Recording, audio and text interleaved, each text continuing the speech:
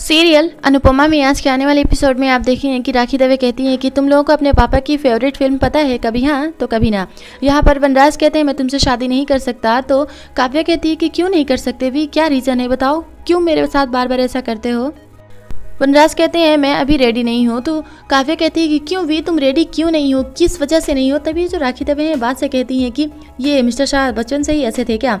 तो बोलती हैं बाकी तूने अगर एक और शब्द बोला ना तो तेरे कान के नीचे अभी मैं सितार बजा दूंगी। काव्या कहती है कि तुम कभी हाँ करते हो कभी ना करते हो, क्यों मैंने तुम्हारा इतने दिनों से इंतजार किया है, क्या मैं तुम्हें पागल दिखती हूँ, कभी हाँ कह देते हो कभी ना कह देते हो, कभी शादी का वादा करते हो कभी मना कर देते हो शादी करने के लिए, क्या है मतलब हमारे बीच चल क्या रहा है। अगर तुमने मुझसे शादी नहीं की ना तो समझ लेना जेल जाने के लिए तुम्हें तैयार रहना, या तो तुम जेल जाओगे या तो मुझसे शादी करोगे। तो ये अनुपमा कहती है बस चुप, मुझे समझ में नहीं आता कि तुम दोनों कर क्या रहे हो, पता नहीं लगता है कि आप दोनों बच्चे हो क्या, जो बार बार आप दोनों के रिश्ते को आप दोनों के झगड़े को सुलझाने के लिए मुझे बीच में आना पड़ता है। मैं इसकी साइड नहीं ले रही हूँ क्योंकि ये औरत जो है ना मुझे जरा भी पसंद नहीं है, मैं आपकी बात कर रही हूँ। अगर आप खुश नहीं रहेंगे ना तो मेरा परिवार थोड़ा भी खुश नहीं रहेगा। और काव्य लड़ने झगड़ने से और इसे धमका कर शादी करने से क्या तुम्हारी शादी हो जाएगी क्या। अगर किसी को पाना है ना तो उसे छीनना मत सीखो। और आप बार बार भाग क्यों जाते हैं, आपको समझ में नहीं आता है। अगर आपने इसे प्यार किया है ना तो इसका साथ देना भी सीखिए ना। अगर आप इस तरह से खुश नहीं रहेंगे तो मेरा परिवार भी कभी खुश नहीं रहेगा। ये औरत मुझे ज़रा भी पसंद नहीं आती, इतनी बदतमीज़ बेशर्म है ये। लेकिन मुझे तो फिक्र आपकी हो रही है, पता नहीं आपने इसमें क्या देखा कि आपने इससे प्यार कर लिया। और बार बार ये मेरे फैमिली को परेशान करती है, मेरे परिवार को परेशान करती है, मेरे बच्चों को परेशान करती है। क्यों करती है, इसकी वजह से मुझे ये पसंद नहीं है। लेकिन फिर भी मुझे ऐसा लग रहा है इसकी शादी आपके साथ होनी चाहिए, क्योंकि इतने सालों से जो आप दोनों का रिश्ता है 9 सालों से, उसमें आप दोनों को जरा भी शर्म तो आई होगी ना। क्योंकि आपने मुझे तो धोखा दिया ना, इतने सालों तक 8 साल तक मैंने आपके नाम का मंगलसूत्र पहना और सिंदूर लगाया, तो मुझे क्या पता था कि मेरा ही पति मुझे धोखा दे रहा है। लेकिन उस वक्त तो आपने अपने आप से नजरें तो मिलाई होंगी, शर्म तो थोड़ी तो आई होगी ना। अभी आप अपने आप से नाराज हैं इसलिए शादी करने के लिए मना कर रहे हैं। और काव्या तुम, जब तुमने मुझे सहेली की आड़ में धोखा दिया ना तो जब मुझसे मिलती होगी पहली बार मेरे घर आई होगी तब तो तुम्हें शर्म आई होगी ना। आप दोनों का रिश्ता जो है 9 साल से चल रहा है, 9 साल से आप लोग डबल फेस पे जी रहे हैं। लेकिन हम सब तो सिर्फ एक ही साल से जानते हैं ना, 1 साल से झेल नहीं पा रहे हैं, तो 9 साल तक आप सब ने कैसे झेल लिया। मतलब कुछ तो सोचा होगा ना। अरे अगर अभी शादी करने का टाइम आया है तो फिर ये सब कुछ चल रहा है। काव्या मैं तुम्हारे बारे में नहीं सोच रही हूँ, मैं सिर्फ वनराज के शाह के बारे में सोच रही हूँ। अगर इन्हें कुछ होगा तो मेरी फैमिली को प्रॉब्लम होगी। और काव्या तुम्हें एक बार तो सोचना चाहिए ऐसे इंसान से प्यार करने के लिए। और फिर भी ठीक है तुमने प्यार किया, तुम दोनों के बीच में क्या था मुझे नहीं पता, लेकिन इतना पता है कि प्रेम तो जरूर था। आज एक दूसरे का साथ देने का टाइम आया है तो दोनों के बीच में झगड़ा हो रहा है। काव्य तुम्हें क्या लगता है डरा के धमका के तुमसे शादी कर लोगी तो हो जाएगा, नहीं होगा। तुम्हें समझना और सोचना चाहिए। तब बोलते तुम्हें मेरी इतनी फिक्र क्यों हो रही है। तो अनुपमा कहती है मुझे तुम्हारी फिक्र होगी क्यों भला, मैं क्या जानूँ। और मैंने तुम्हें तलाक भी दे दिया और ये रिश्ता भी ख़त्म कर दिया, चारों तरफ से मैं बाहर निकल चुकी थी, मैं अपनी ज़िंदगी में आगे बढ़ना चाहती हूँ, लेकिन आप लोग मुझे आगे बढ़ने ही नहीं देते हैं। बार बार मुझे इसी चीज़ में घसीट कर लेकर आते हैं। अरे मैं यहाँ पर आगे बढ़ना चाहती हूँ। जब किसी औरत का तलाक होता है ना तो पता है क्या होता है, जब वो कहीं से गुजरती है ना तो उससे लोग इशारों में कहते हैं अरे ये वही है, उससे बात मत करना, इसका तलाक हुआ है, ये अच्छी नहीं है। सारे जो क्वेश्चंस होते हैं एक औरत पे ही उठाए जाते हैं, मर्द को कोई फ़र्क नहीं पड़ता है। उसके बाद भी मैंने तलाक लिया, मैं अपनी ज़िंदगी जीना चाहती हूँ, आगे बढ़ना चाहती हूँ, लेकिन आप लोग मुझे आगे बढ़ने ही नहीं देते हैं, बार बार मेरे बीच में आ जाते हैं। इस तरह से रिश्ता आप लोगों का नहीं सुलझ सकता है। तभी यहाँ पर जो डॉक्टर आदि होते हैं वो बोलते हैं आई एम सॉरी, मुझे आप लोगों के बीच में नहीं बोलना चाहिए, फिर भी मैं यही कह रहा हूँ कि हाँ या ना कर लीजिए। और ये जो काव्या है वो बोलती है कि वी बताओ तुम्हारे पास हाँ या ना का कोई ऑप्शन नहीं है, तुम्हें मुझसे या तो शादी करनी है तो चल जाना है। तो ये जो वनराज है वो कहते हैं कि मैं थोड़ी देर के लिए अपने सुकून के लिए चला क्या गया था, तुमने यहाँ पर इतना बड़ा तमाशा कर दिया ना।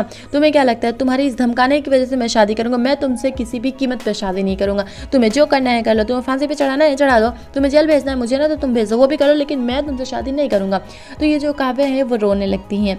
तो जो अनुपमा है वो देखती हैं काव्या की तरफ और बोलती हैं कि आप ऐसा क्यों कर रहे हैं, मुझे तो ये समझ में नहीं आ रहा है। और जब ये वक्त आया है आपका एक दूसरे का साथ देने का तो ऐसा लड़ाई झगड़ा हो रहा है।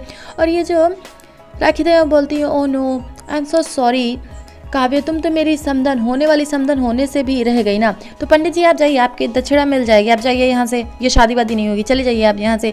तो जैसे ही ये बात बोलती हैं तो वनराज कहते हैं ओ पंडित चुपचाप वहीं के वहीं बैठ जा, तेरी दक्षिणा भी मिल जाएगी और ये शादी भी होकर रहेगी। और ये शादी क्यों होगी, किसी के डर की वजह से नहीं होगी। ये जो शादी होगी ना वो प्यार की वजह से होगी, मेरी मर्जी की वजह से होगी, क्योंकि वनराज शाह कभी किसी की नहीं सुनता है।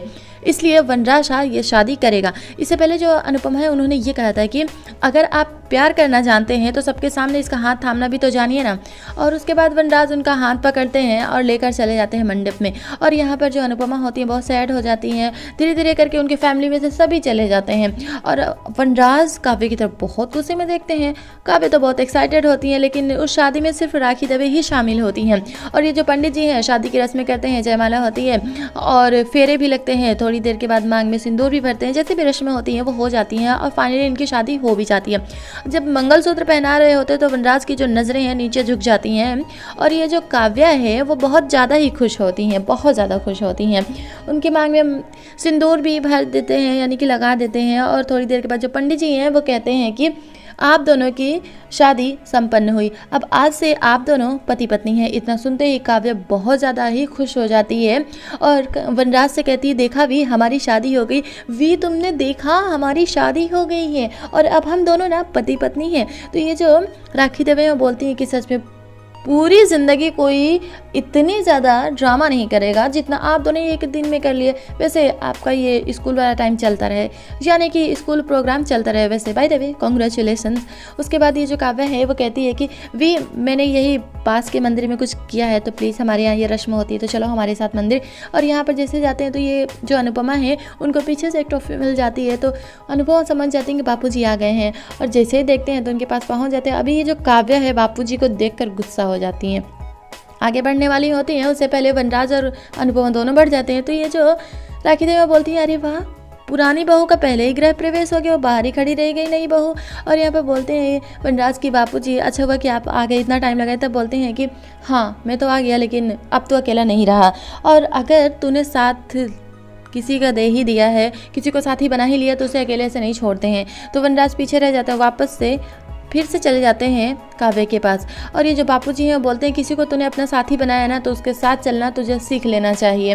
तो ये जो अनुपमा होती हैं वो बापूजी से मिलती हैं, लेकिन काव्य बहुत गुस्से में आ जाती हैं और बोलती हैं राखी देवी कि अरे गृह प्रवेश तो करिए। तभी बोल देती हैं, बाकी गृह प्रवेश थोड़ी देर पहले ही हमें जेल भेजने की बात कर रही थी और अब हम इसका गृह प्रवेश करेंगे, कभी नहीं करेंगे। तो बोलती है, अरे वैसे मतलब थाली वाली लेकर आइए, आरती उतारिए, ऐसे सब कुछ होता है तो कर दीजिए ना। तब बोलती है कि मैं कभी नहीं, उसके लिए किया जाता है जो इस घर की बहू है, लेकिन वो तो बहू रही नहीं, और दूसरी बात मैं इसे कभी बहू मानने वाली नहीं हूँ, तो इसलिए राखी देवी तू चुप कर, मैं ये काम नहीं करने वाली हूँ। यहाँ पर जो अनुपमा है थोड़ा सैड हो जाती हैं, क्योंकि वो बापूजी से पहले ही मिलती हैं, तो राखी देवी 2-4 ताने भी दे देती हैं। और फिर राखी देवी कहती हैं कि अच्छा गृह प्रवेश कर दीजिए। वैसे भी वो बोलते हैं ना कि फूलो फलो और जो भी दिया जाता है आशीर्वाद वो दे दीजिए ना आपा, और वैसे आपको दादी भी तो बनना होगा मिस्टर शाह, ऐसा कुछ है क्या? तो बोलते हैं कि जस्ट शट अप, बहुत बोल रही हैं आप। उसके बाद ये जो वनराज है वहाँ से जाने लगते हैं। आज का एपिसोड यहीं पे ख़त्म होता है। कल दिखाया गया है कि ये जो काव्य है अनुपमा से बोलती है कि देखो मेरा मंगलसूत्र कितना खूबसूरत, कितना अच्छा लग रहा है ना। तो अनुपमा उनका मंगलसूत्र है हाथ से छूती हैं और बोलती हैं कि अच्छा मैंने उतारा है तभी तो तुमने पहना है ना काव्या। जैसे इतनी बात कहती हैं तो काव्य को बहुत ज़्यादा गुस्सा आ जाता है। अपनी बेइज्जती करवाने के लिए थोड़ी देर के लिए खड़ी रहती हैं, फिर वहाँ से चली जाती हैं। यहाँ पर जो बा हैं वो कहती हैं कि इस घर की बहू तू कभी नहीं बन सकती, हमारे दिल में जगह तू कभी नहीं ले सकती है, इसलिए हम तो तेरे साथ नहीं रहने वाले हैं। तो जो बापूजी हैं वो बोलते हैं कि मैं भी मेरी अपनी अनुपमा के पास जा रहा हूँ, पहले उसके पास मेरा आशीर्वाद था, लेकिन अब मैं भी उसके साथ हूँ, इसलिए मैं तो तेरे साथ यहाँ पर नहीं रह सकता हूँ।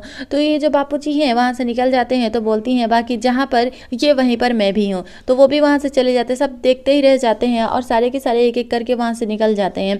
वनराज और काव्या अकेले रह जाते हैं। कमेंट्स करके ज़रूर बताएं कि आज का आने वाला एपिसोड आप सबको कैसा लगा। देखते रहे सीरियल अनुपमा और आगे के अपडेट के लिए सब्सक्राइब करें इस चैनल को। Thanks for watching.